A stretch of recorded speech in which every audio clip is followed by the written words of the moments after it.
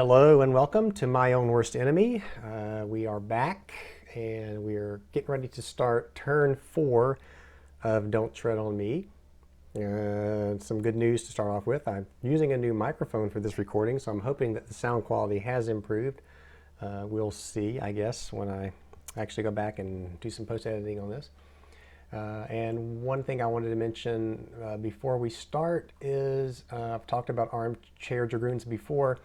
Well, I do recommend that you go check out Armchair Dragoons, especially the forums, because we have been granted a subforum on Armchair Dragoons, and now I've got a place where I can go in and post some more information about these playthroughs that I do.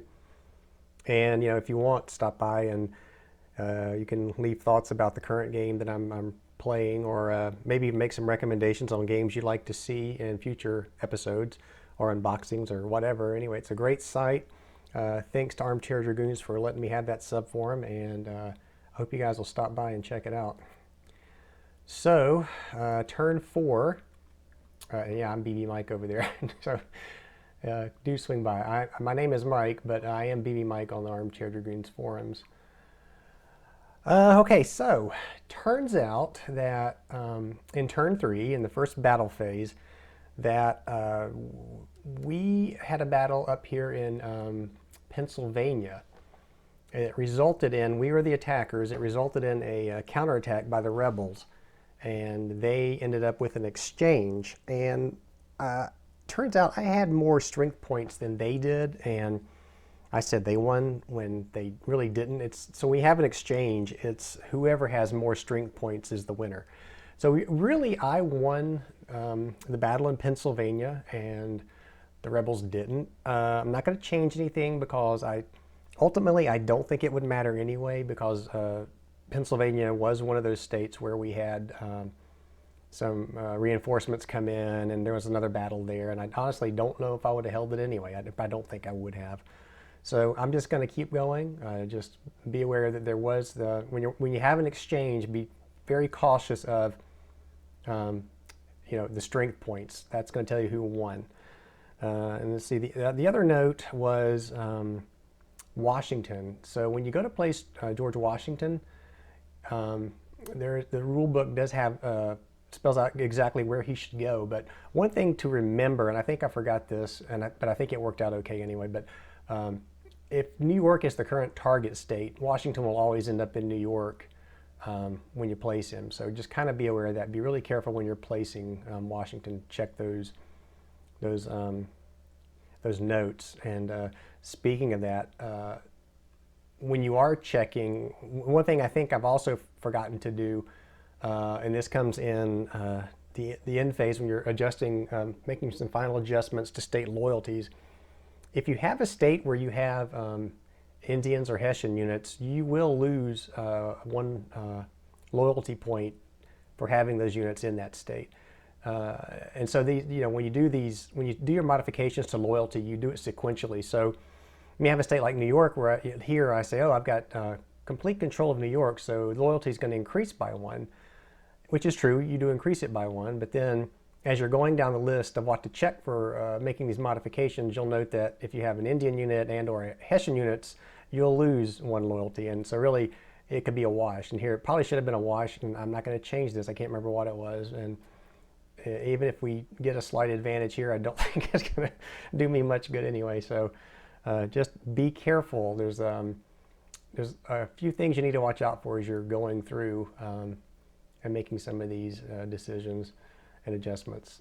So with that said, I think we're good to start turn 4. I'm going to try to be a little more cautious with some of these things to make sure I'm not forgetting to do things like that. So I don't know if the speed's okay, if I'm going too fast, too slow, but we'll just push along. So we are starting turn 4, and as you'll remember, this is where we receive our money.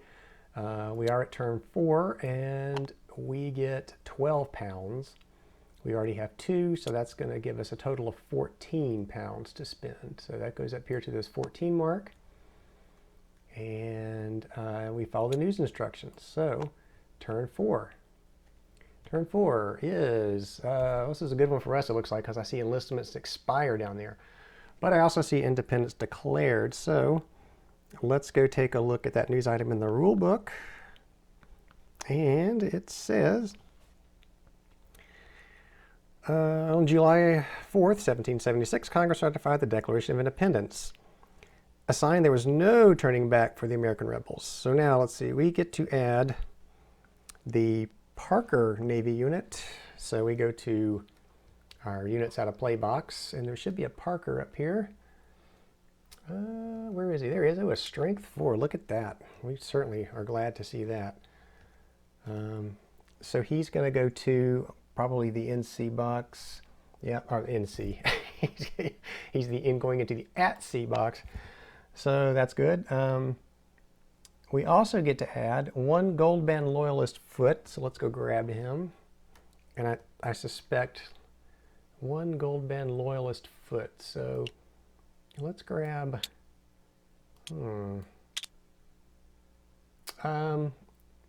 which one, right? Let's just grab this one. He seems to be even in all strength points. That's not putting any, I'm not being very strategic about this. If I were really smart, I'd go back and figure out where to bring him in, or what strength point I wanted to bring in. And we get to add 1 rebel privateer to the Caribbean. Well, we don't want to do that, but we are. And actually, this is a new one for us. The privateers coming in. Privateers are smugglers for all purposes, but they are different in that, if you'll note, they have a strength 2.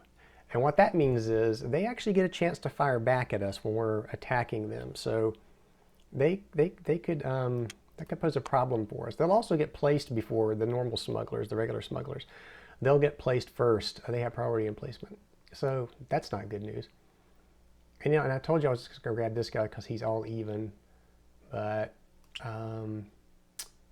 let's take a look. Let's be a little more logical about this. So we still have Carolina. We are still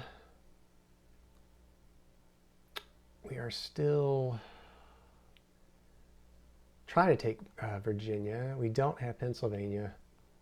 Well, see, and the thing is, I really can't deploy him now. He's just going to go to the force pool. So I guess I am going to stick with this because I really don't know where I'm going to end up yet, what I'm going to do with him. So we're just going to grab that one. I know I should put more thought into it. I'm not going to. We're going to go with that. So that was our news item. I believe that's it. Independence declared. Yep. According to the rules manual, that's all we do. Current target state is New York. And we do have an enlistment expires, and we'll get to that when we get down here to the Liberty phase. And hopefully we'll get rid of some more Continentals. Hopefully they'll want to go home and farm and leave the battlefield. Okay, so moving right along, we go to the Smugglers Phase. And so now we have, now we have 2 smugglers in the Caribbean. And I believe, let's see, as always, yep, see, we're going to place 2 of these. Still going to roll 2. It's not going to matter too much in this one because we placed 2, there are 2, so the privateer will go out. Let me check to see if there's a priority here. I think when you place the privateer, so when you roll 2 dice to place, the lower of the 2 places a smuggler in a sea zone. I think what it's trying to tell me is, I want to make sure I do this right because I hate correcting this, but although you guys have been really good about pointing out the errors that I make, and that's good because it's good for people who are learning this game, and I really do appreciate that. So if a privateer is in the Caribbean, then you roll your 2 dice to place the smugglers. The lower of the 2 dice, which successfully places a smuggler in a sea zone, places a privateer. So yeah, so basically they're saying the privateers are going to go up in the lower number of sea zones, which is bad for us, frankly. So we are going to grab these 2 smugglers, and they're going to go into these sea zones. So let's see where they go. And the dread blue die roll again. So let's see. Okay, so we roll a 3 and a 5. So what the rule I just read is saying is the privateer is actually going to go in sea zone 3. So oops, just the privateer. So he's going to go into sea zone 3, which I don't like the looks of that. And this regular smuggler is going to go into Sea Zone 5, which I don't like the looks of that.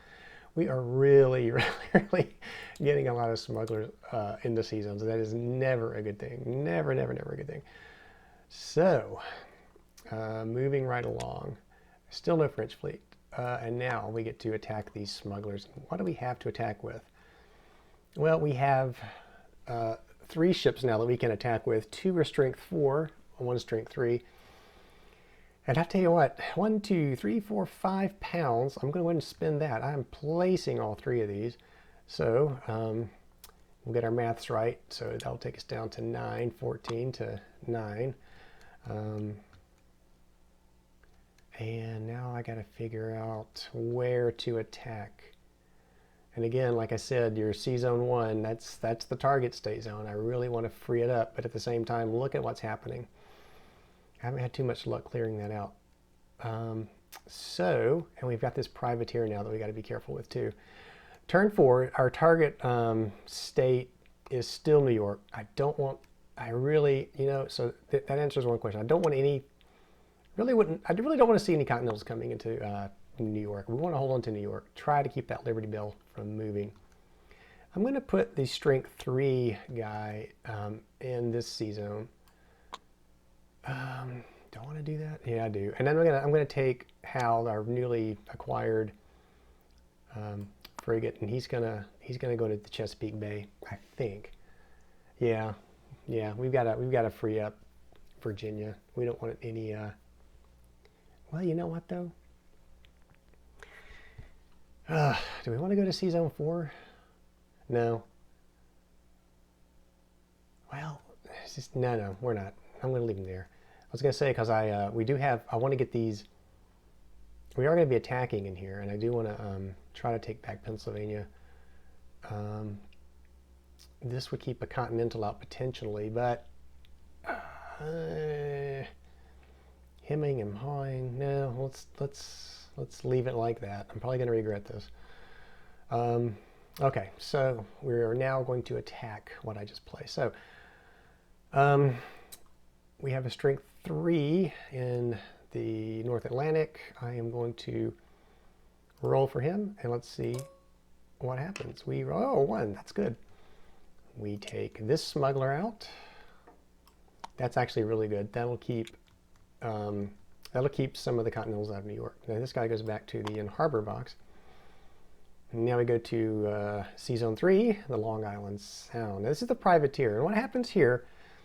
And I'm going to refer to my notes here. I'm going to try to refer to my notes more this time so that maybe I'll make less mistakes. I've been kind of flying through this without referring to the notes, but let's try to stick to the notes a little more carefully here. And it's a 6-page condensed version of the rules I'm looking at that I'm referring to. I might clean these up a little bit and post these over on Armchair Dragoons in the forum. So maybe look for a copy of this over there. It helps kind of it's just a quick look at what you should be doing during each phase. So I'm going to do that. So here we go. We are now going to attack this privateer. So when you're attacking privateer, they get to fire first, and if they hit us, we get sent back to harbor, and he gets to stay out there. So he's got to roll a 2 or less to damage us, to get us back into the harbor. So let's see what he gets. Let's hope he gets. Oh, that's good. So he misses. So we still have to attack as normal. So we've got to roll a 4 or less to get him out of there. So hopefully we'll roll up. Well, he rolled a 1. That was good.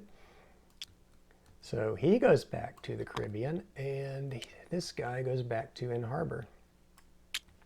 So far, so good. Well, I don't think we've seen success like this with our naval units the whole game. This is good. Not to jinx us here, but so Hal's going to fire now. Again, he's got to get a 4 or less. 4? Yeah, 4 or less.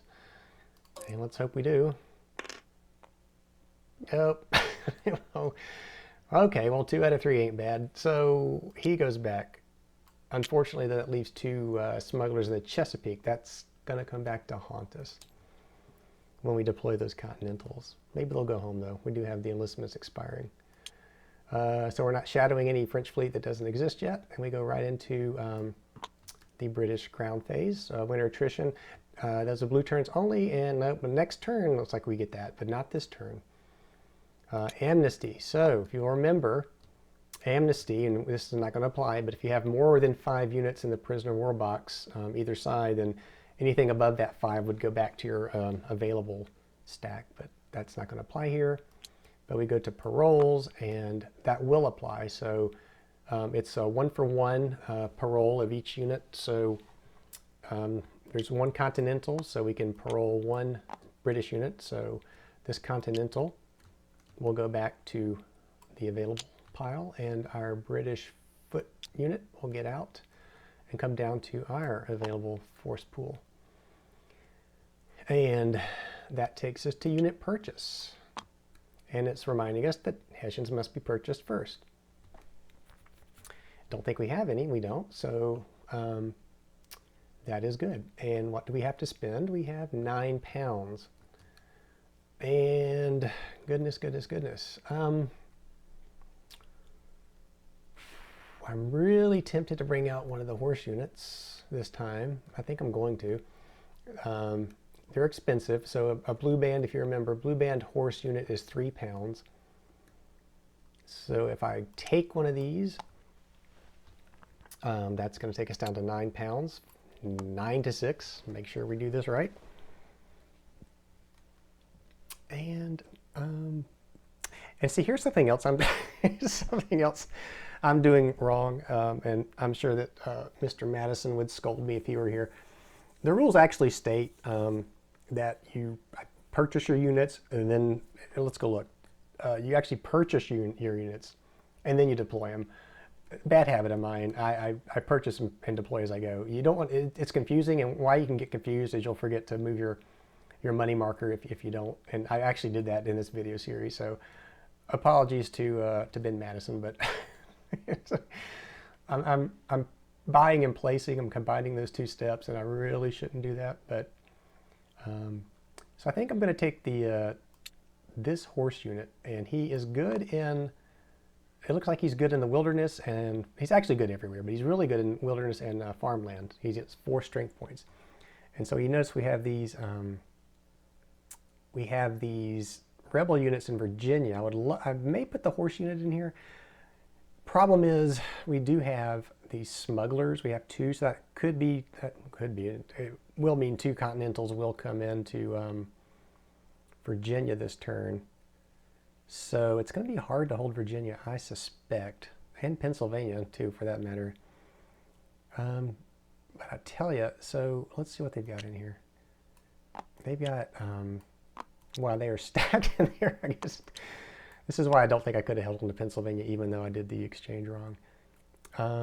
So that is a town. So it's 2, 4, 5, 6. They have 6 strength points, and this would be 3. So let's just leave these here for now, because I'm probably going to refer back to that in a second. And here we've got 3 in the wilderness to his 4. I'm going to put him here. And yeah, I think I'm going to leave him there. And looking and remember, we just got this loyalist unit available to us to purchase. And I'm kind of thinking, I could put him in there to help. So he's a loyalist foot gold. That would cost us, looks like it's just, it's just £1. Let's buy him. See, it's a gold band, but it's not a horse, it's a foot. So it's all of our foots, £1. So let's take him. He's also gonna try to help keep Virginia clear of whatever's coming our way. That's gonna be tough there. I feel like I'm taking, well, I don't know, we'll see. Could be a huge mistake, but then again, we may win it back. So £5, and I still have Pennsylvania to deal with. And this is it is a loyalist stronghold for us. And we do get a +1 on our militia roll. So 6 strength points. 6 strength points. So I've got this would be a pound. I think that one above it's going to be, he's a white band foot, so he's going to be 2 pounds. So that would be 3 pounds, but that would get us 6 strength points. That would even us up.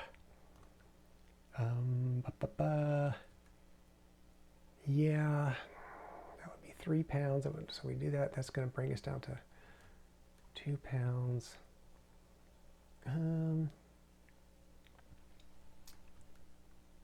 Yeah, so let's get these. Let's go ahead and get these out. Spend our 3 pounds. Now we're down to 2. And this loyalist, yeah, he's only 1 though. How about this? He's a white band foot, so he would be 2 pounds, and that would eat up all of our money. I told you I normally don't do this, but we are emptying out the coffers. I'm gonna do this. So that's 3, 7, 8, 9, 10, and we are going to try to take back Pennsylvania. So that's going to be interesting because Congress is in session. So we get them into flight. That could be good. And I have no more money, so I can't buy any more units. Okay. And they're all placed. So we can go right to our unit movement phase. And I'm going to go back to the notes here just to go through this again, what we do here. So this is where we can move any British foot horse unit can now be moved to any county in the same state at no cost. Basically, you're just kind of shuffling your forces around. This would be useful. It would be useful here. In fact, let's see, we may do it. Well, no, we may not. Well, we may. What it means is, as long as we're in the state, I can move any of these units to any county I want to. And the reason I'm thinking here I may want to do this is because we do have 2 Continentals coming in. And we're pretty good here. We're at strength. This is a town fort, so we're at strength 6 here. This is farm, so we're at a 4 here. So I could move maybe one of these guys to Piedmont just in case, because we don't know where these Continentals are going to come in. I'd hate for them to come into here and just sit. Of course, they could move. They could go on a campaign. Do I want to move anybody? I don't. Let's see. Yeah. Those Continentals, I mean, it's a gamble because if I split these two, it could be the Continentals come into the same county. That would be bad. Or even if you get 1 Continental, you know, they do have 2 usually strength points, so it'd be a pretty close battle. You know what, though? I'm going to do it. I'm going to split them.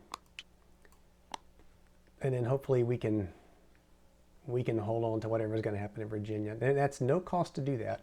That's where we're at now. That's what this unit movement is.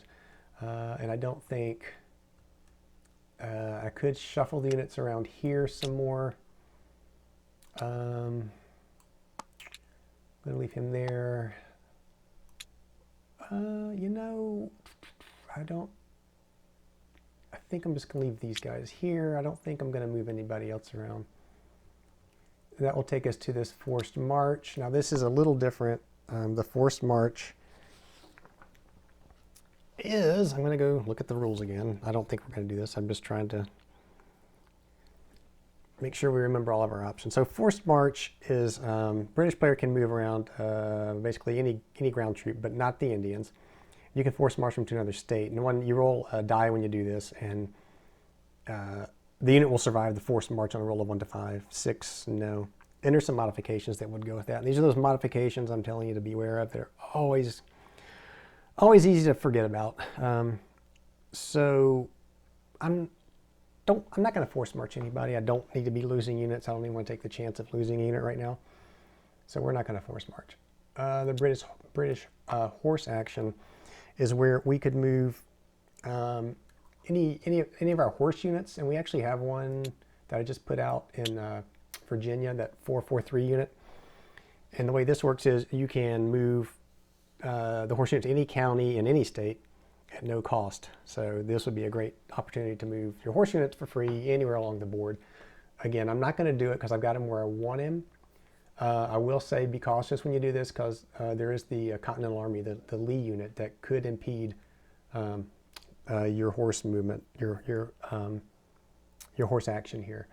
If Lee were out, he could prevent movement. So keep that in mind. So I'm not gonna move my horses. And now we go to the place George Washington in the state with the most British player units.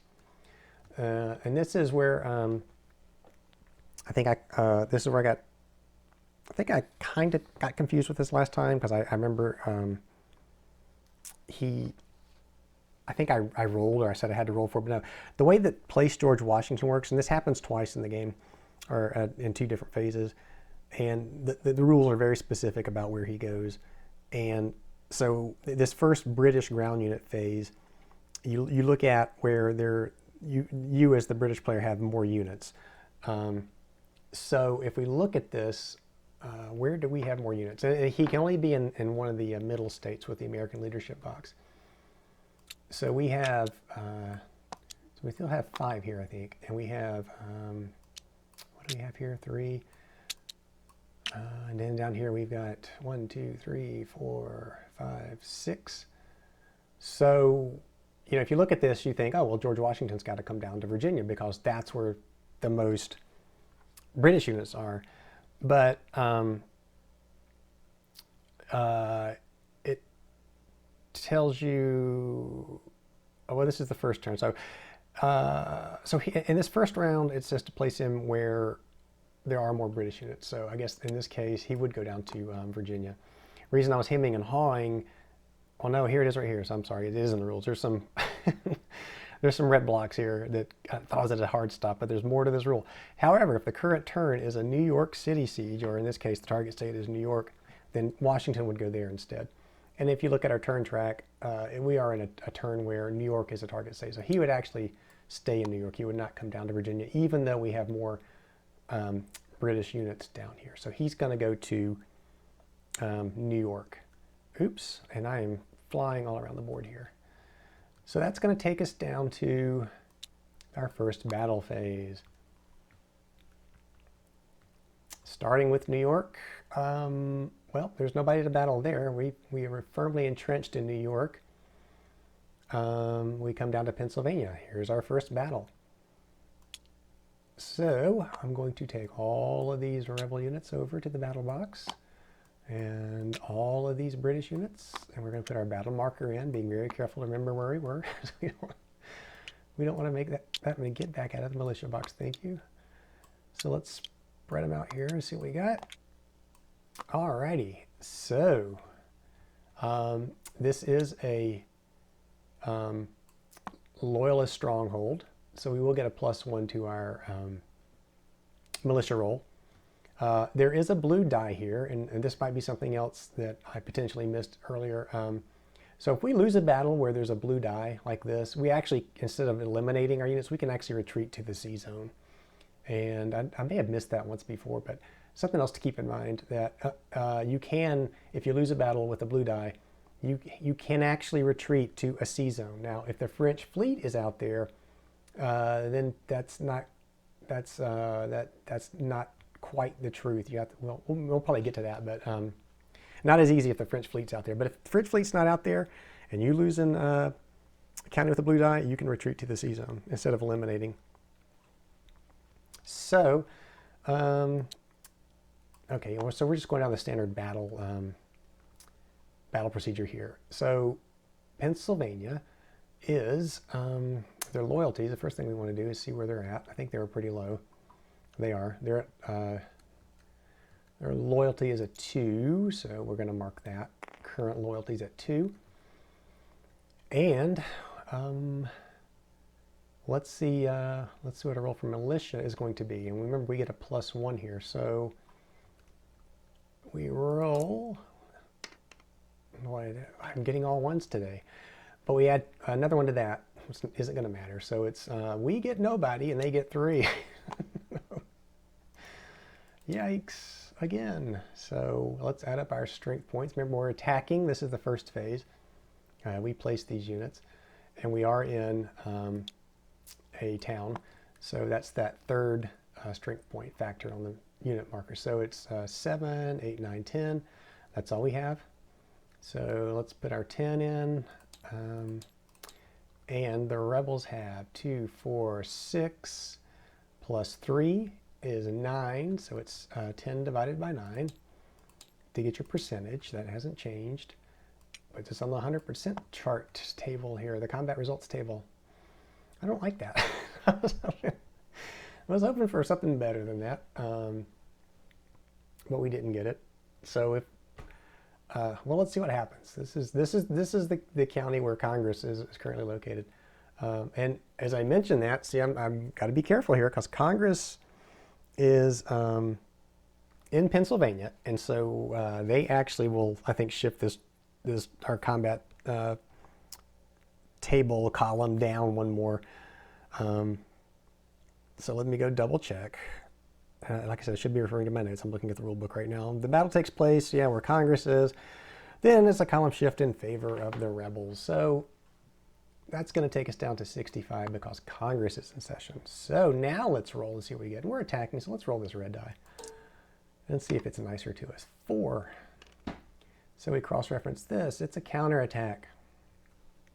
Okay, so counterattack, always we go to the 100% table. No influences, nothing changes. Just we go there and fight another battle. So it's going to be 9 divided by 10 this time, which is, well, see, I'm doing it again. I say it and then do it, but you don't have to worry about that. It's the 100% column. Just another battle. And this time we're going to roll the blue die because they're attacking. They're counterattacking, actually.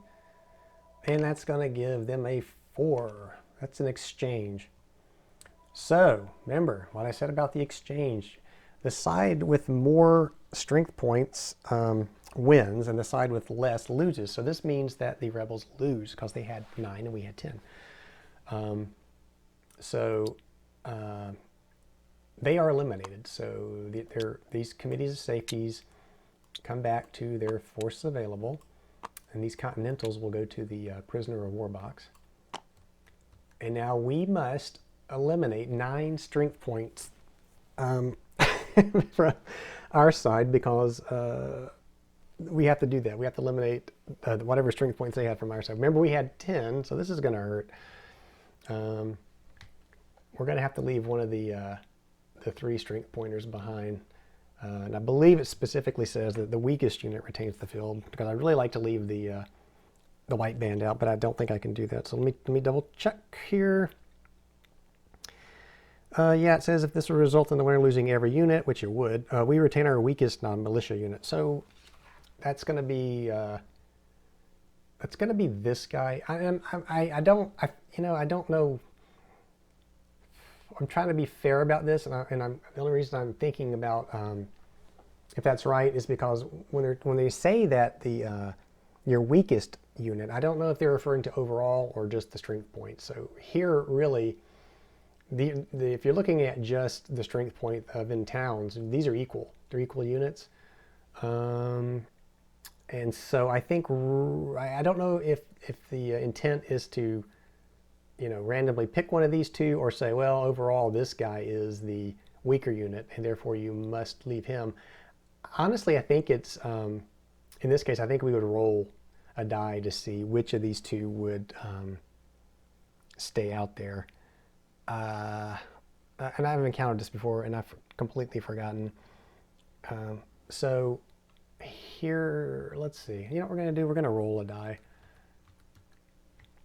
We're just going to roll 1, 2, 3. The white band stays, and oh, okay. So we're going to say the white band unit holds the field. I will dig into that and see if that's true or not. So he retains the battlefield. There he stays.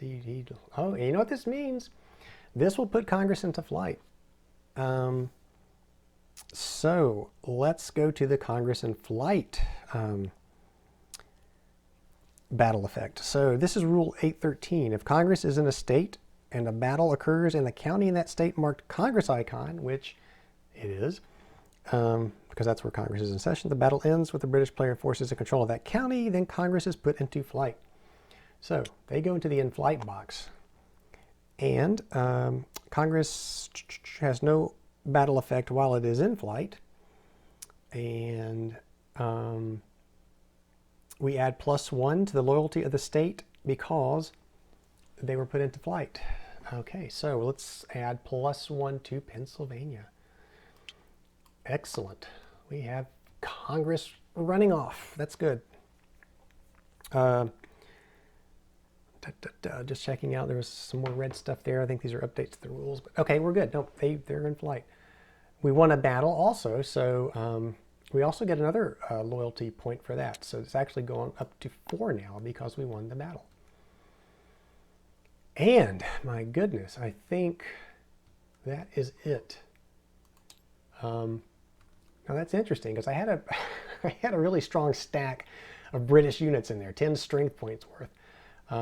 This is not so good now because yes, we did drive Congress into flight and we took Pennsylvania back. It's now in it's now in British hands, but we have the smugglers sitting out there, and this means the Continental Army is going to come into Pennsylvania, so that's going to get interesting. Anyway, we're back to moving along in our first battle phase, so let's go on down to Virginia now. And we do have a battle. It's going to be in this Tidewater County, so let's bring our marker out and bring our rebel units over. And we'll bring our British units over. And let's see where we're at with Virginia. They are at loyalty of 5. So we will move our loyalty marker down to 5, and we will, I don't believe there's any, nope, just in the wilderness. There's no bonuses or anything. So let's see what we get for militia call. And we get a 2. Well, we get no 1, they get 2. These low, you can see the importance of having loyalty higher than what ours is now. It gets painful when you do these militia rolls. So we are in the wilderness, and we are the attackers. So that's the middle strength point. We have 6. Yep, 6. So 6, and they have 1, 3 plus 2 is 5, so they have 5. So what is 6 divided by 5? We're still in that, because remember you round down, we're on the 100% column. Yeah, no other influence here. And we are attacking, so we roll. Yeah, I was hoping that would be a 6. It's not, it's a 1. Attacker eliminated. Oh my goodness. Yikes, yikes, yikes. That's not good. So we are eliminated. This guy comes into the prisoner war box, and so does this guy. Militia reset. The Continentals come back over. This is bad because we have those 2 smugglers out there still. Okay, so that was Virginia, and of course their loyalty is going to go down 1. I don't know about that. That's not good. Okay. And there are no other battles in Virginia. And it looks like there's no battles in the Carolina state. So that's that. This is the first battle phase. And now we go into the Place Rebels phase. So the first thing we do, we form our committees of safety. And we're going to pull one of those guys.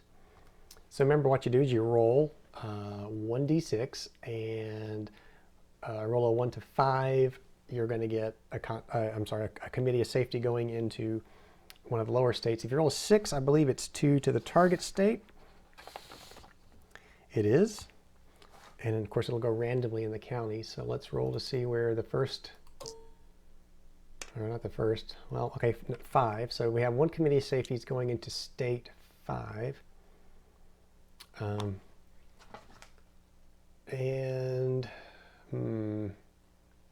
right, we got to randomly place him. Where's he going to go in state 5? He's going to go to county 3. Well, that's actually good for us because we have units in there, so maybe we can win that battle. Didn't win the last one. And now we go to place Continentals, deploy Continental Army units. So here they come. We're going to have 1, 2, 3, 4, 5 of these are going to come out. So we'll shuffle that really good, and we'll see which C zone to start with. So we'll roll 1d6 again. Starting with C zone 2, that's Massachusetts base. So starting here, we will deploy Continental armies. So let's pull 2. And the first one is going into which county? That one's going into this first county where we have our Indian unit. So he's going to go here. And the second one is a 6, which is here.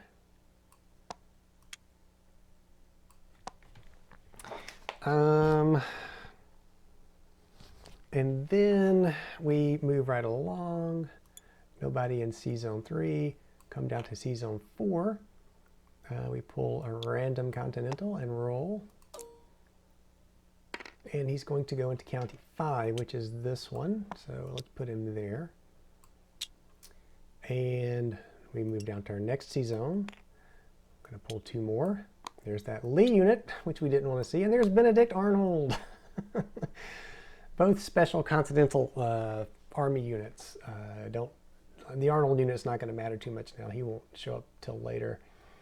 Lee could be a problem, though, if we try to move our horse unit around. But let's see. First one is going to, this is the Lee unit. We'll put him in 4. He's going to go down here to county number 4. And then Benedict Arnold is going to go to county number 5. Did I miss a battle? Did I miss a battle? Why is this Continental here? I think I may have missed a battle. Let's put him in here. Not sure why you know what? I think I missed this. Well, all right. We're just going to keep going. But I think there should have been a battle fought there. And as I was going down through these states, I think I lost track of that. But let's keep going. So we go down to C Zone 6, nobody. Back up to the North Atlantic, nobody. So we've deployed all of our Continentals. Okay, now it says move George Washington to the state. So here, it's not going to matter because New York is still our target state. So he's going to stay in New York. Well, is that? Yeah, that's true because he uses the same placement procedures for this as he does the first phase. So that's that. And then we come down to our second battle phase. And this is where the rebels will be the attackers. Nobody in New England. We come down to New York. We will have battles here. So let's start. Looks like we have 2 battles in New York. So we bring our units out. And New York, looks like we're going to get a +1 because this is a stronghold. New York is currently at 12, one of the few states that has a high loyalty to the crown. We'll put this into the 12 marker.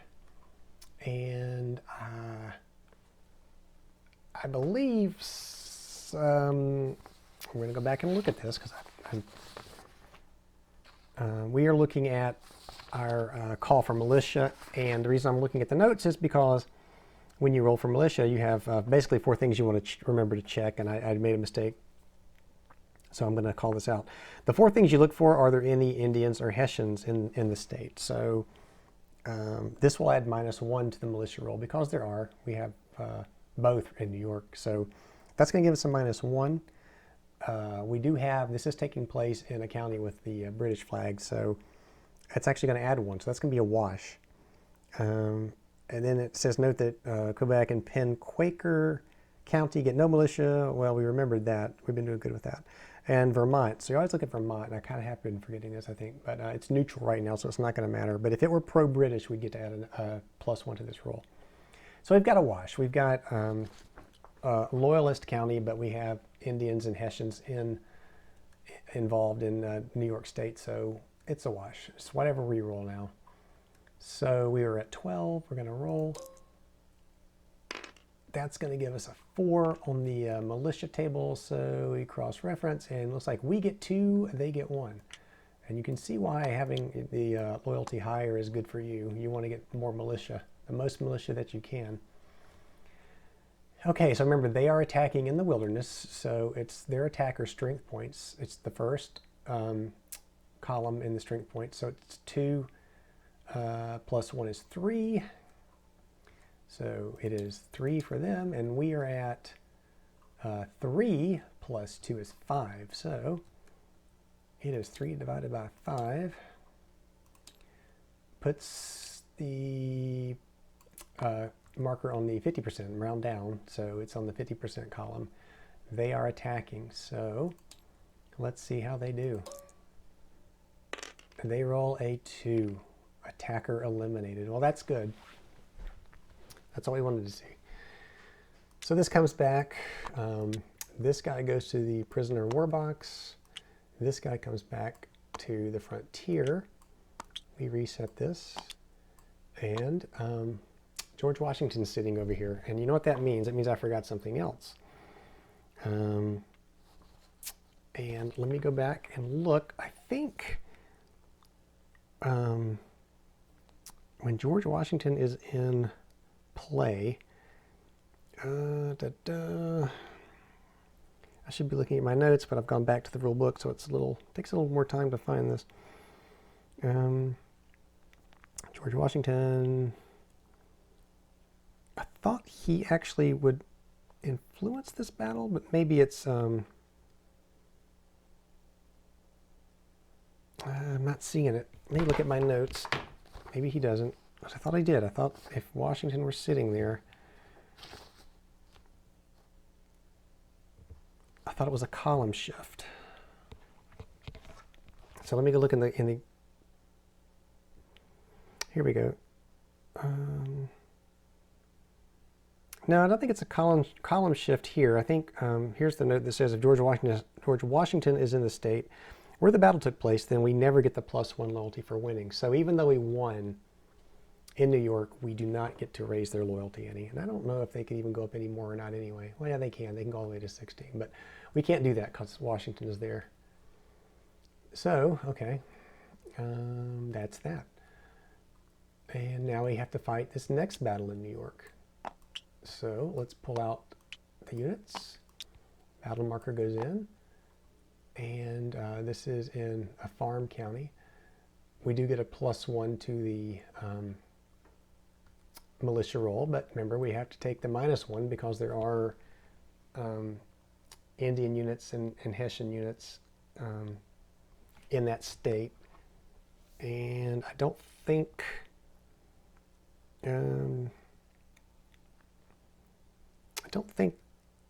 it matters if I'm looking. I don't think it matters.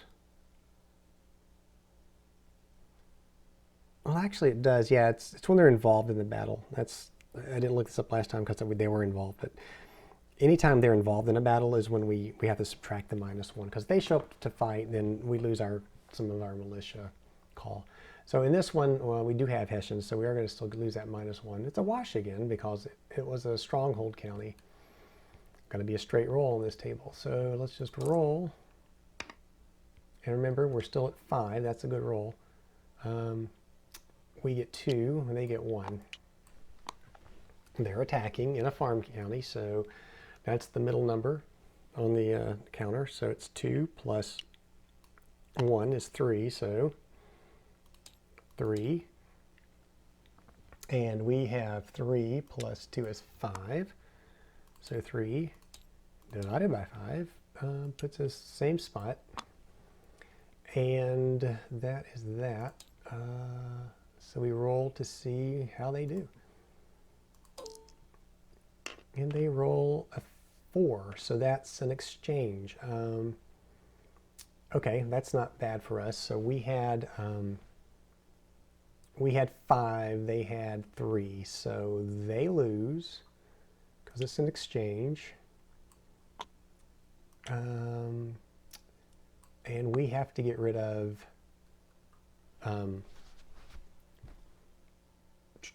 we have to get rid of 3, 2 for the militia, and then well, we can't. So these guys, we keep the Hessians there because you can't eliminate all of your units.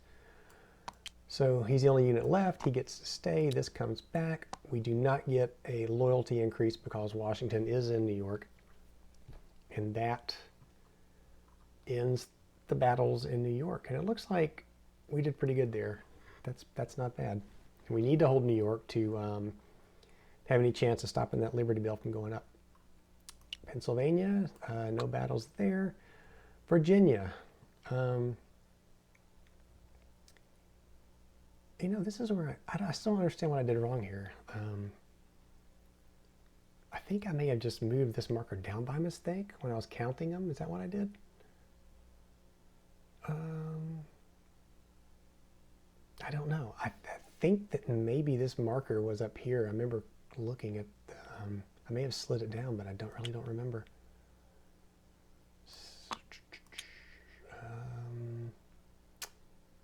Yikes, what do I do? Was he up there? I don't know. Here's what we're going to do. This is what you do when you're solo playing. You say the Arnold unit stays. The Arnold unit stays in Hampton Roads. So this unit, I'm going to say on a 1, 2, 3, he was up here. On a 4, 5, or 6, he was down there. All right, we'll leave him where he's at. I think he was up there, though. That's okay. Just another reminder to pay attention to what you're doing. That's all this is. It's a lot harder when you're recording a video, I assure you. Okay, so we do have a battle in Virginia. And let's go ahead and move out our units. I know I'm going to go back and look and discover that I made that mistake, but that's okay. Okay, so Virginia is currently at a 4. Okay, there are no modifiers here. So let's just roll. We get a 6. It's a 2 and 2. So 2 and 2. And they are attacking. So let's add this up. We are in a town or fort, so it's the last number. So it's 4 plus 2. That's 6. So they're attacking with 6. We are defending with 3 plus 2 is 5. Divided by 5 puts us on the 100% column again. And let's see what we get. And they roll a 2, which is attacker retreats. And if you'll remember, when there's a retreat, there are specific procedures to follow. So let's make sure we do that. Let's see here. Where's our retreat? All right, let's just go to the rule book. I don't know if my notes actually cover all the retreat options, but okay, so retreat priority, this is rule 8.10.1. And remember, there's 4 things to check for. The first is if British players are retreating. Well, we don't have to worry about that. We're not retreating, they are. Second bullet, otherwise retreat to a county containing only friendly units. If you look at Virginia, there's not a county that, well, there is 2.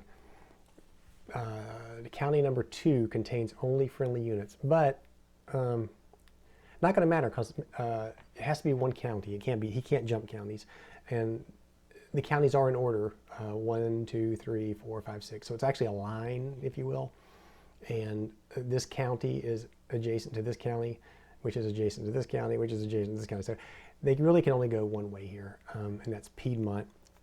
And if we look at our next bullet, it says, otherwise retreat to a county containing units of both sides.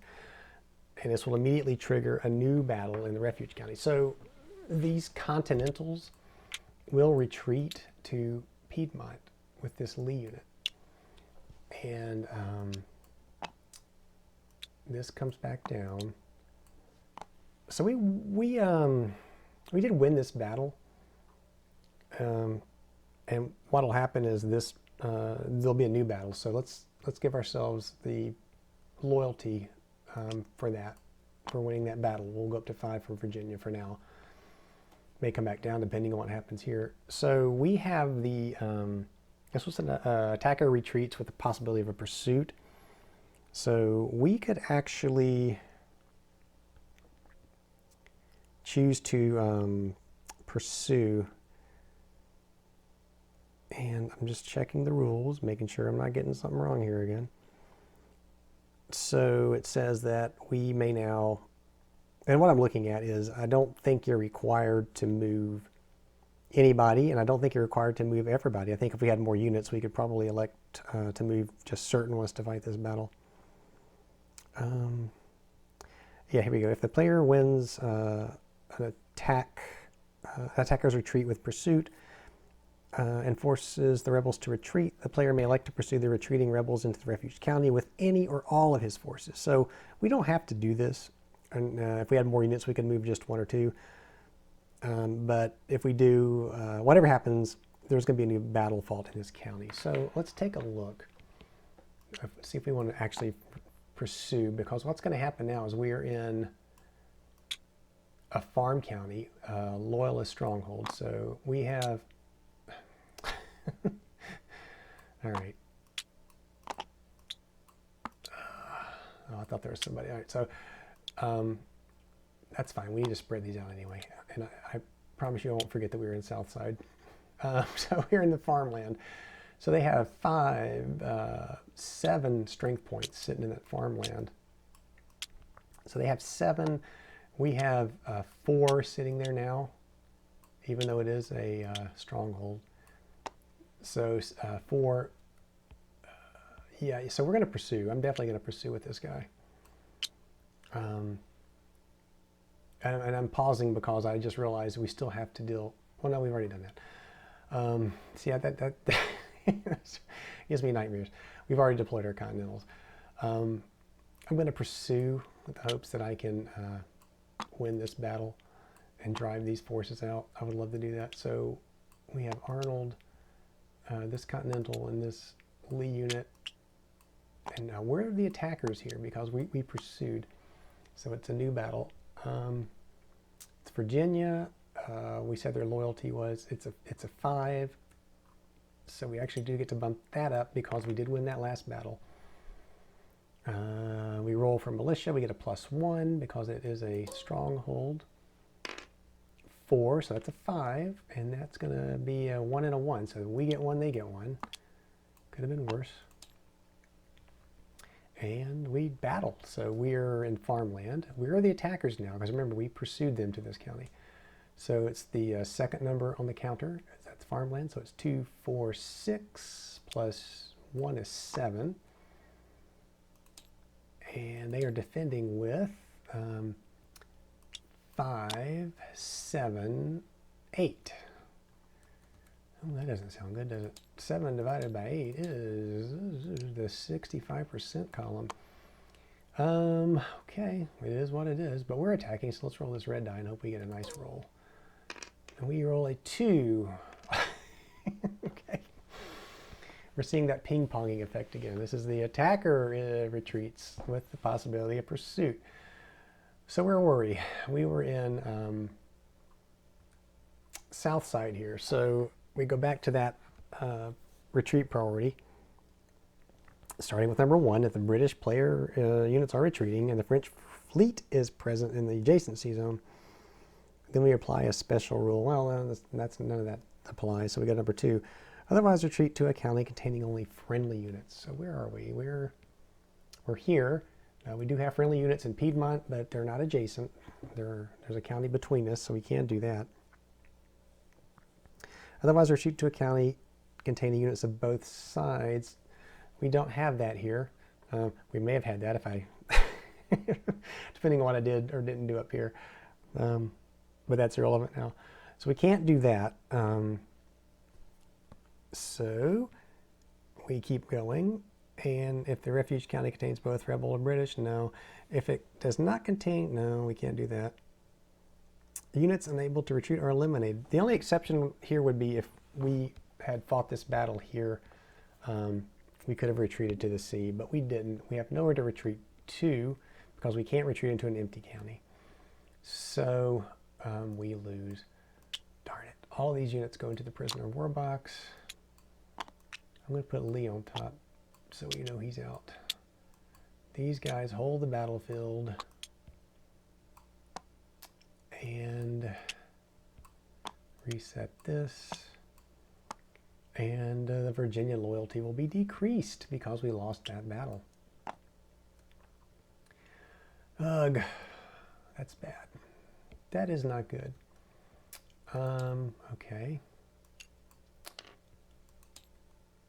That was that. Moving right along, we're still in the second battle phase after placing all the COS and the Continental Army units. We had a lot of battles this time, so we've got one more in Carolina with this Committee of Safety. We got our Hessians come out, and our battle marker goes in. So Carolina, where do they sit? They're at 7 on the loyalty marker. So 7, let's put that on the 7. This is a loyalist stronghold, but there are Hessians present, so it's a wash. We don't get the +1 to our roll. It's just simply a straight roll. And we roll a 5. Higher numbers are better here, so that we get 2, they get 1. And remember, they are attacking because this is still after the placement phase. They're on the attack. So in Wilderness, they have 2 + 1 is 3. And we have 3 plus, that's 4, 6. 3 divided by 6 is a very small number, as we all know. So it's going to go in the 50% column. And that is it. We roll. And let's see, we get a 2 attacker eliminated. That's nice. That's really, that's really nice. So this COS unit gets eliminated. And these guys come back to Piedmont. This comes back to the battle box. Reset our militia markers, and Carolina's loyalty will increase by 1 because we won that battle. Good for us. All right. I think that is that. Well, reconvene Congress if it is in flight. So I gotta be careful because I almost skipped over this. So what this says, let's see, let's go find the actual, where are we at? The second ground phase. And let's go back to reconvening Congress. If I can find it here, I don't.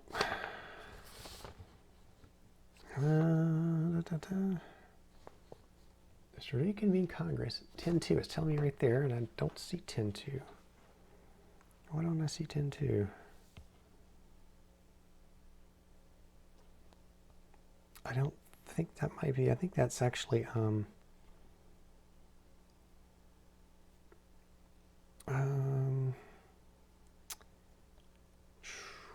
not sure. Reconvene Congress if it is in flight. I didn't think this happened till later. Well, before we move on, let's see if we can confirm this. All right. Certainly, it's not in what they're calling out here, but it's here. Battle effect on Congress. And here's talking about if Congress is reconvene Congress. I didn't think that happened until. Let me go to the logistics phase, because I thought that's where this really is supposed to happen. Logistics phase, here we go. Yeah, in the logistics phase, 12/4, reconvene Congress. The sequence of play is saying reconvene it if it's in flight, and according to section 10.2. Well, there is no section 10.2. It's just section 10 is just the second battle phase. And there's nothing else under there. I'm going to leave Congress right where it is. And then we move into the conduct rebel campaigns. So if you'll remember here, we roll 2 d6, and this will tell us if we get 2 minors or 1 major campaign. And we roll 2 minor campaigns in states 4 and 5. So let's get our markers out. State 4 is Virginia. State 5 is the Carolinas. Or Carolina. Okay. And then we look at our rules for a minor campaign. So let's get my notes back out again. We rolled. We always do reinforcements next. So we see where the reinforcements go. We pick 1 random Continental and 1 cause unit. The Continental will go into lower states. The Continental's going to go into Virginia here, which we don't really need to happen. So let's shuffle this and bring 1 Continental out to place. And this cause unit will go into Carolina. Now here, you don't randomly place. You actually have a priority to placing these things. So here's the priority. It says 1 in the lowest numbered rebel occupied county is where you would place. Here in Virginia, it's county number 2. So he's going to go into county number 2. And then it says move any rebel forces in higher numbered counties in that state to that county. So we have these units will also move to 2. And that's where he gets placed. And then in Carolina, the cause unit gets placed the same way. He will go to the lowest number rebel occupied county. Well, there aren't any. So it would be the lowest numbered empty county in the state. Well, it's going to be the first county because there's no one there. And that's how we place those. Now we go on to the minor campaign. And so, starting in Virginia, it says we want to go to if a state does contain British players. So Virginia does. We have this 1 remaining loyalist in Piedmont all by himself. And so we launched the minor campaign, and it tells you the priority of attack here. Starting with number 1, attack the British units in the same county as the rebel stack. Well, there's not any, so go to number 2. Attack the nearest British forces to the left, lower number county. Well, this we can do. So they're going to march into Piedmont. And we fight a battle. So bring our marker over to Piedmont. Let's do them one at a time so I can split them up here. So all these Continentals come back out.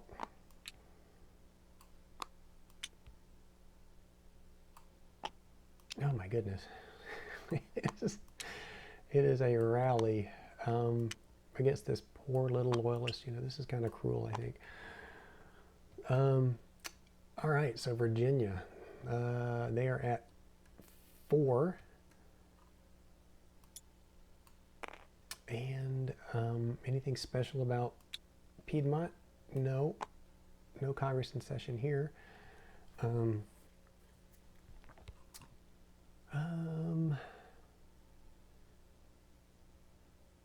Town or fort, and they're attacking. So, oh, but we didn't roll. Militia call. 2. We killed our pawn. And that is, they get 3, we get nobody. This is horrible here. So, I'm not even sure I'm going to add this up, but I'm going to. So, they're attacking. They're at 3, 4, 6, 8, 9, 10, 11, 12, 13. Is that right? My goodness. So they're attacking with, yeah, it was a town fort. 3, 6, 7, 8, 9, 10, 11, 12, 13, and we have 3.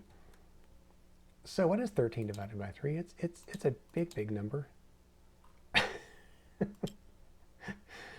That puts them on the 400% column. Okay. And let's see what they get. Where are we at? Yeah, over here. So let's see what they get. It's going to be very bad for us. Defender eliminated. Surprise, surprise. So this loyalist unit is eliminated. This huge stack of units is going to come back. If I can get them all stacked, there's so many, we probably ought to spread them out anyway. They're going to Piedmont. My goodness. Let's see if we can't leave Lee on top to remember that he can interfere with horse actions.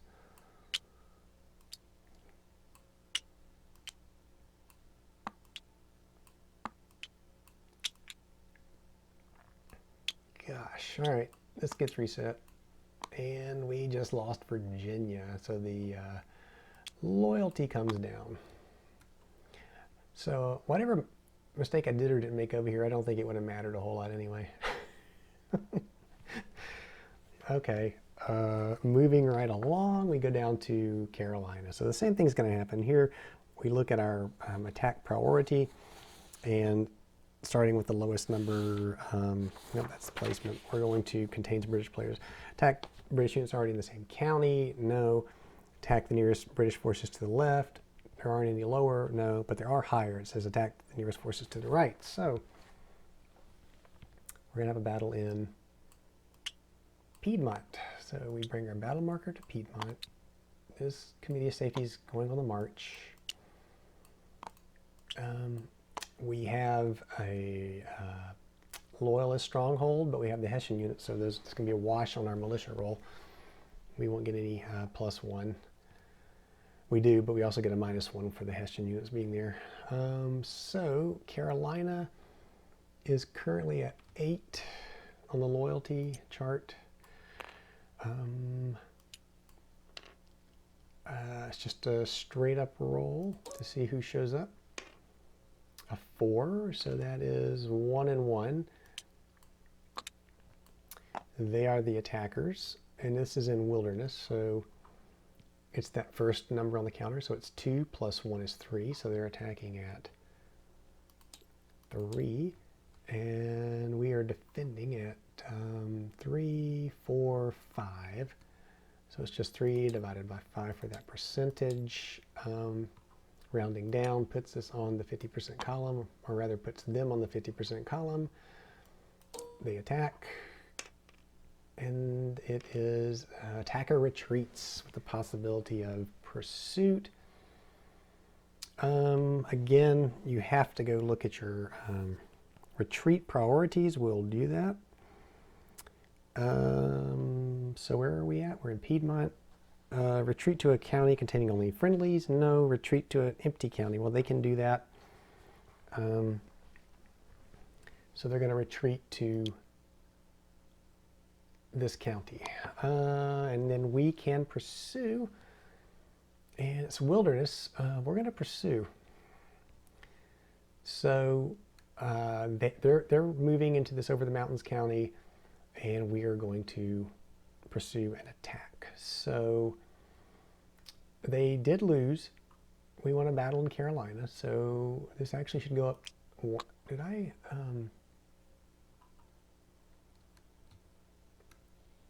Oh, I didn't. I thought we were at 7. There we weren't. We were at 8. So this moves up to 9 because we won the battle. And now we have a new attack in county number 1. But this time we're the attackers. So we're attacking in the wilderness. It's 3, 4. Oh, see what I forgot to do there? I forgot to roll for militia. Nothing special about that. It's wilderness, so there's no modifiers. Except there are Hessians present, so it's a -1. So we will get a -1 on this roll. So 4, that means it's a 3. So we get 1, they get 2.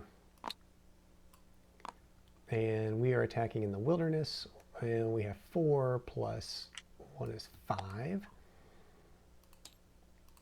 And they're defending with 1, 2, 3.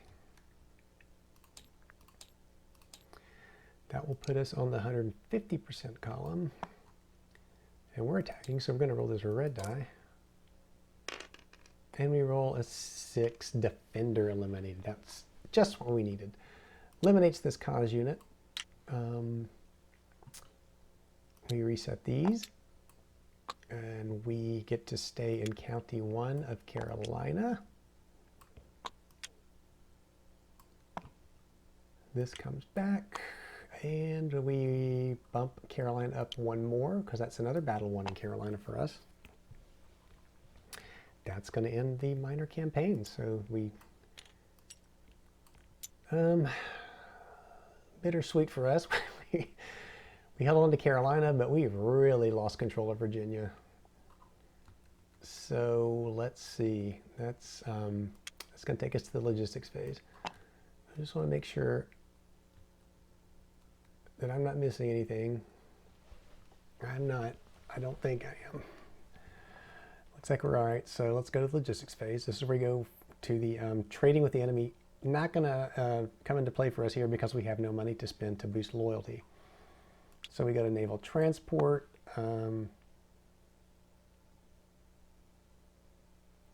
This is where you move. I'm not going to move anything again. I can't. I have no money, but you'd be able to move units around here. If you could afford it. So we go to the next step, which is the Naval Reset. So all of our units that were at harbor now go back out to sea. And barring any random events, we'll have four sea units to get rid of some of these privateers, hopefully next turn. Come down to the Enlistments Phase. And this is good. Continental enlistments will expire. This is the last turn this happens. It is turn 4. And if you come over here, it'll tell us to refer to Rule 13-1, which is what I'm going to look up right now. It's going to be a simple die roll. There are some modifiers that will come into play here. So, so we start with New England. And the way this works is we roll a d6, and on a roll of 1 to 4, the Army will go back to the rebel force pool. So on a roll of 1 to 4, they're saying we're not re-upping, we're going home, we're going to tend to our crops and our families. The modifiers are if George Washington is out there, they would get, I tell you what, let me go look this up in my notes, because I don't think it's just George Washington. I think there's some other things here. So yes, here we go. What? Hold on one second here. I'm sorry. This is 13-1. And I'm going to see if my notes match the rules here. Like I said, I'm going to clean these up and maybe post them. So it's just Washington. It's if Washington is in a state and he's in New York, it's a 1 to 3 roll, takes him out of the game. Just means they have a better chance of staying in if he's there. So starting with New England, let's get our Continentals out. This does not apply to the committees of safety, only the Continental armies. I think these are all, yeah, they're all committees of safety, so let's put them back. So roll of 1 to 4. This guy goes home. Let's see. And he does. So we take him out of county number 4 here, and he's going to go back into the force pool. Same for this guy. I'll roll a 1 to 4. And he rolls a 2. So he also goes into back to the force pool. That's good. Okay, then we go to New York. There are no Continentals in there. Washington is there, so if there were Continentals in there, it would have been a roll of 1 to 3, but we don't have to worry about it. So go to Pennsylvania, nobody in there. Come down to Virginia. Now, this is huge. And what I'm going to do, there's so many, there's embarrassingly so many units in here. and try not to forget what I'm doing. I'm going to mark that we're in Piedmont County, so we're just going to kind of stretch these guys out and just do them in order. There's one under that cause unit. So starting with Arnold, roll of 1 to 4, he goes back into, yep, so he's going to go back into the force pool, and then keep continuing on down the line. This next guy is staying put. Keep continuing right along. He's going back to the force pool. And now down to the Lee unit. We'd like to see him go back into the force pool, but we don't. He's going to stay out there. And then finally, this last guy is going back into the force pool. So that looks a little better for us. Not a lot better, but a little better. Okay, it does look a lot better because there's a huge stack in Virginia that is no longer there. And that is all the Continentals that I see. I see some in the prisoner box, but this does not apply to them. So we go on down to determine state control and Liberty Bell movement. Well, we do hold the target state. That's good. Well, wait a minute. We don't control Virginia. We do control Pennsylvania and Carolina. So wait, look at this. I think this is the first time we've seen this. We hold the target state and 2 other states. So what that means is this Liberty Bell stays put. It's not going to move up. It is not going to move up. That's good. We are extending our time in this game, I think. I don't know if we can recover from my errors and the bad die rolls, but we'll try. So yeah, that stays put. Now we go to perform state loyalty modifications.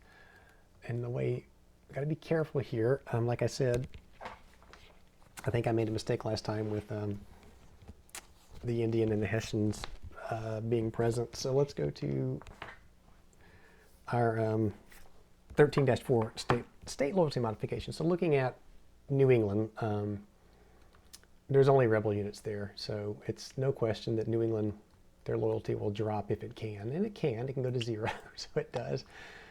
New York. Well, see, New York has several things happening here. We actually control New York. So that's a +1. But Washington is there, so that's a -1, so that's a wash. And there are Hessians and Indians there, so it's -1 for that. So overall, it's not -1 for each unit. It's just there's either or in there, and it's a -1. So overall, with Washington and we own the state, or we control the state, and the Hessians and the Indians, it's overall a loyalty drop of -1 in New York. That's going to bring us down to an 11. So that's we didn't have these Hessians or the Mohawk unit there in New York, we would have actually, well, actually, we would have, it would have been a wash. We wouldn't have lost any loyalty. We would have stayed at what we were. Okay, moving right along, we go to Pennsylvania, and you know what I didn't do? I didn't reconvene Congress. So this was back in the logistics phase. And it says reconvene Congress if Congress marker is in flight and now reconvenes. Roll a die. So on a roll of 1, it's going to go to New York, 2 through 4 Pennsylvania, 5 in Virginia. Or if it's a 6, it's going to remain in flight and we get to move the Liberty marker down 1. So this is interesting. We can see the Liberty marker, and not only did we stop it from moving up, but theoretically it could actually go down. So let's roll. Hope for a 6. Oh, we get a 6. Look at that.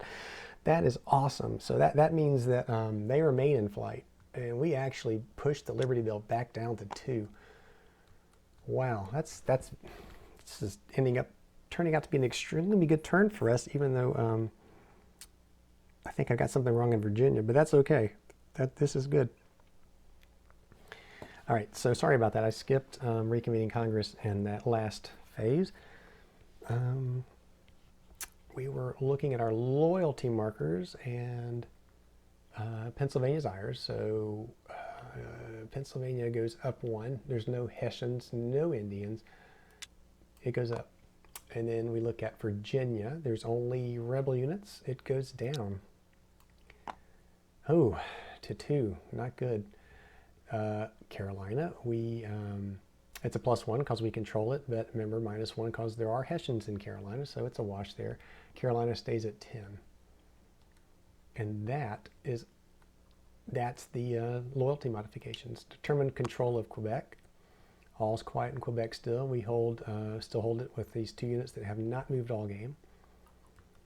And then we check for victory or defeat. Well, we are further away from defeat because we actually managed to get that Liberty Bell to drop. And I'm going to tell you, that's rare. It's very rare to see the Liberty Bell decrease at the end of a turn. At least it is for me. So that's huge. We might have bought ourselves some time there. I don't know. All right, moving right along, we go to the random events phase, which, as you'll recall, now that we did have an invasion of Quebec, we're still rolling 2 die for this. We're not rolling 1, so it's 2d6 to see what event we get. And we roll a 7. What is a 7? It's a whole slew of things again. We seem to be rolling these. Oh no, and look at this. I'm looking in here, I see frigates diverted and ships of the line. So we don't need to be losing ships. This is killing us, this game. We need these ships to fight these smugglers. Ugh. All right, well, starting with the Tory atrocities, 15-8. Let's go to 15-8. If things weren't bad enough, we have these Tory atrocities taking place. This event may apply to British, Hessian, Loyalist, or Indian forces, all of who committed some sort of war crimes during the conflict and have been amplified by the rebel press. Pick one state, randomly pick one state that has at least one of the designated armies in it and reduce that state's loyalty by 2. Yikes. So it looks like we're rolling a d6, and it has to be a state, so we roll a 6. Then we will simply roll again until we get a state. So let's do that now to see what state this takes place in. State 4 is, wouldn't you know it, Virginia. But it said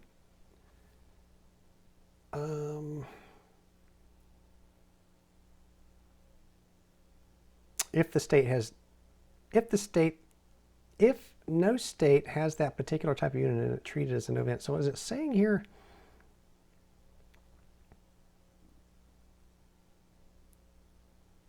Oh, I see. No, I'm doing this wrong. So it's not roll of random states. So what we do is we look at where we have those. They just called out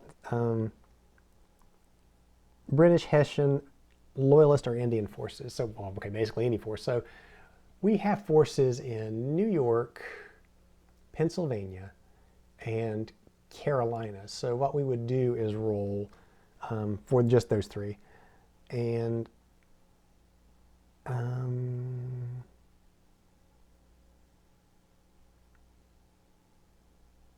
yeah, so the roll again thing on the 6, I guess, is if we had those units in all those states. So the way it's going to work for us is we'll say 1, 2 for New York, 3, 4 for Pennsylvania, 5, 6 for Carolina. So let's roll, and we roll a 4. So I said 1, 2, 3, 4 for Pennsylvania. So it's telling us that Pennsylvania had some atrocity committed by this foot unit in here. This lobster unit committed some atrocity, and so that state's loyalty is going to drop by 2. Well, that's not good. Pennsylvania was at a 5, so their loyalty drops to a 3 over whatever happened in there, and we'll have a word with the commander of these forces later. Yikes! All right, now frigates diverted, one of my favorite ones. So, one of the 3 strength British naval units is moved to the in harbor box. Okay, so let's go find one of the 3 strength 3 units. I'll just move one of them, it doesn't matter. That hurts. That really hurts. And then we go to ships of the line sent abroad. So that's right below frigates diverted. One of the 4-strength naval units is moved to the in-harbor box. It's called overseas or somewhere else to deal with something that is of no concern of ours. So we'll take Parker here, leaving us with only 2 of those 4 to use to get rid of smugglers in the next turn. That's painful. And then we finally get down to a convention army, 1519. So let's look at that in the random events table. Immediately consult the prisoner of war box. So let's go up there. It seems to be full, right? Ooh, we're going off the table. There we go. It's full. So immediately consult the prisoner of war box. The British player chooses 3 or fewer, whichever is the most British player units in the box, and then rolls a die for each unit chosen. Place the units on the turn record track that many turns ahead. So yeah, so what's happening here is we're going to pick 3 of our choice. We'll roll for where they come back in the game on the turn track. Let's see. It's our choice. 3. Those units then enter the British force pool during the force adjustment 4-0 on the designated turn. So, and then this only happens one time in this game. So we're going through this now, the convention army. We've got to remember if we roll this again that we've had this happen and it's a no event. So let's take 3 of these and we will roll to see where they come back into the game. This isn't good because this actually takes these units out of the game for a set amount of turns. The question is, which 3 units do I want to take out? Well, I don't want to take him out for sure, so we're going to leave him. We are going to take... these are pretty much, these 4 are pretty much even. I want to keep the lobster units because there is the potential of trading with the enemy, so we'll just start at the top here. I guess we could pull the Hessian unit out. Actually, that's not a bad idea. Let's do that. Because we'll get our -1s anyway, right? So let's start with this loyalist. We're at turn 4. So what's going to happen is I'm going to roll a d6 for each of these. And they will end up somewhere along this turn track. And when we get back to this force adjustment, if it's a turn that they're on, we get to bring them back into the game. So let's start with this loyalist unit. And we'll see how many turns away he goes. 5, so we're in turn 4. So 1, 2, 3, 4, 5. So that's turn 9. This unit will come back out. So our lobster unit, let's roll for him. So 2 turns ahead, our lobster unit will come back out. So that's here, turn 6. We're at 4, 6. And finally, this Hessian unit will return next turn. So he's going to come out next turn. So basically, it's kind of like he got out of jail for free, really, if you look at it that way. That was not a bad roll. I wish we had done the lobster unit instead of the Hessian, but that's okay. We'll take that. And that is it for random events phase.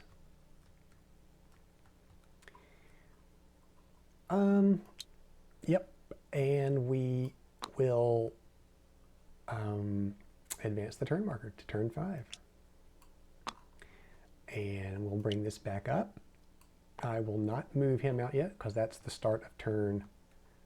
You know what we can do? We can come down here and make a note that says bring out prisoners, check, or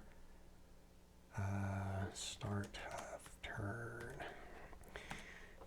Now, what are the odds I'll remember to look at that? I don't know, but it's there, and you guys can certainly point it out if I forget. I don't think I will. It's they kind of stick out on the turn track now, and the Liberty Bell is going to run across them anyway, so we'll remember. So that's it. That's the end of turn 4.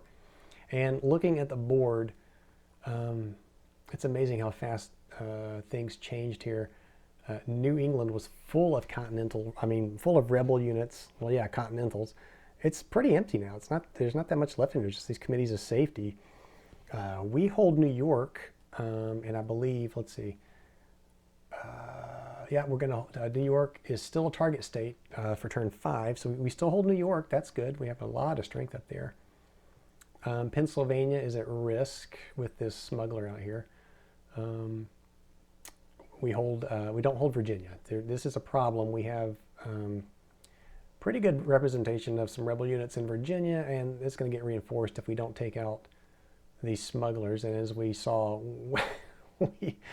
we have only 2 naval units to try to get rid of these smugglers, and of course we're going to have the privateers and this other smuggler unit come back in here somewhere, so we don't know where they're going to end up.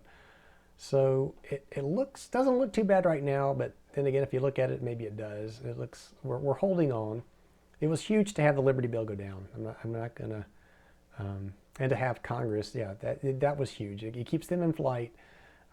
They won't be able to affect the battles, and it brought the Liberty Bell down 1, which is rare in this game. At least it is for me.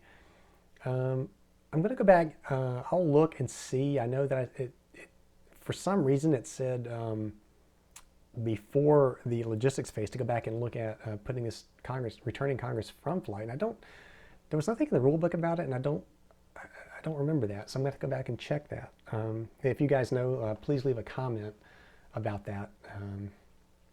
Otherwise, I'll make a note in the video, in the post-editing.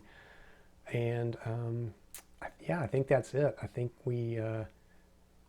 overall, I really thought this was going to be a bad turn, and it turns out that it wasn't quite so bad. We didn't do all that bad. We're still in the game, I think. So that will do it for turn 4. And as always, thanks for watching, and we'll see you next time.